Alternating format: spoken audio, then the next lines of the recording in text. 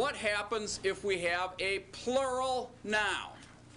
And instead of saying his horse, we want to say his horses. Da da da da. You have a second set of pronominal suffixes that used on plural nouns. Isn't this fun? So now we realize that there are two sets of pronominal suffixes. There are the pronominal suffixes that go on singular nouns and most prepositions. And there are the pronominal suffixes that go on plural nouns and some other prepositions. All right? Now, before we panic, and it's kind of hard to lay these side by side, but I'll do it column at a time. Do you see that, first of all, there are similarities between the suffixes that go on plural nouns and the suffixes that go on singular nouns? The third singular masculine has a wow in it. The third singular feminine has a hey.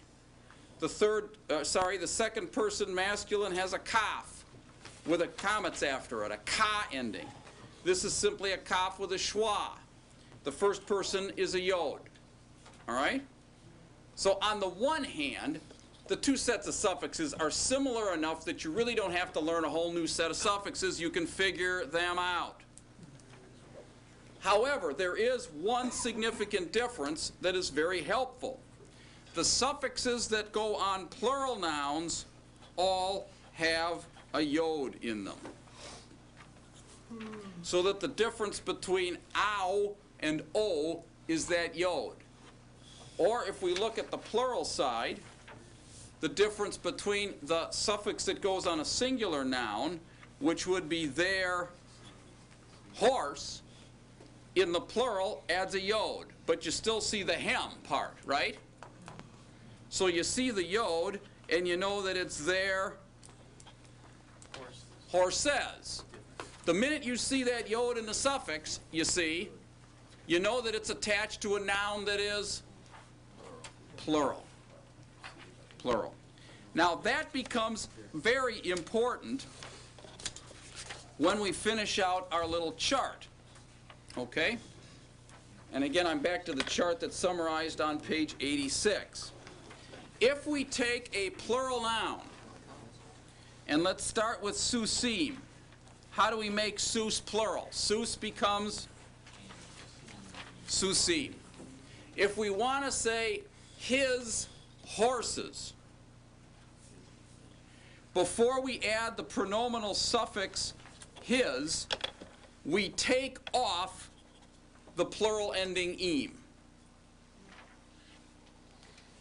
Do you understand what's happening? You're taking off one suffix and putting on a different one, which means that the sus that's left without the im, that is, it's not susim anymore, it's just sus plus a suffix, looks a lot like the sus that's singular. So how do you know that this sus is plural and this sus is singular? Because this sus has a suffix that goes on a singular noun, and this sus is going to have a suffix that goes on a plural noun. The point is, you can't tell by looking at the noun. You can tell by looking at the pronominal suffix as to whether it's the kind of suffix that goes on a singular noun or the kind of suffix that goes on a plural noun, because the noun's going to look the same. Now, the suffix that goes on the plural noun is not simply the o, but this goofy sounding ow or av suffix. It's still got the wow.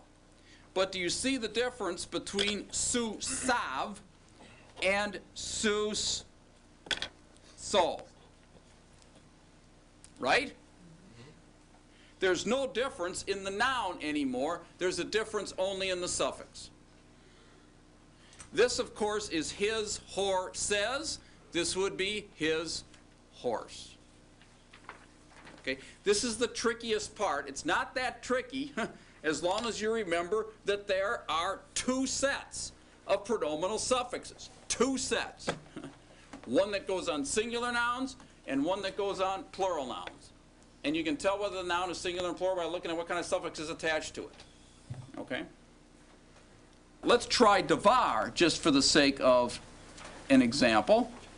First of all, let's do the plural of devar. This is review. The plural of devar is ad-im. The minute we add a suffix, we've added a syllable here, in which case we now have 3 syllables and we have propretonic vowel reduction. There's the plural of devar, divarim. You could do that 3 weeks ago. Now, let's add the suffix his, because what we really want to say here is not words, but his words. The people listened to his words. What do? You make the call. First thing we're going to do is we're going to take off the im, right? We can actually leave our propretonic reduction because we're going to add a syllable right back, right? And we're going to add the pronominal suffix that goes on plural nouns. Now let's double check. Can we still leave our propretonic? Do we still have 3 syllables? Yeah. Propretonic schwa, in a sense, it's already done. It's already there. But do you see the difference between divarau, rav, and divaro? What's the difference between divarav and divaro? Answer? The suffix. All right? It's the suffix that's translated the same. The suffix means his. The suffix means his. Aren't you missing a yod? But the difference is, there's a yod there.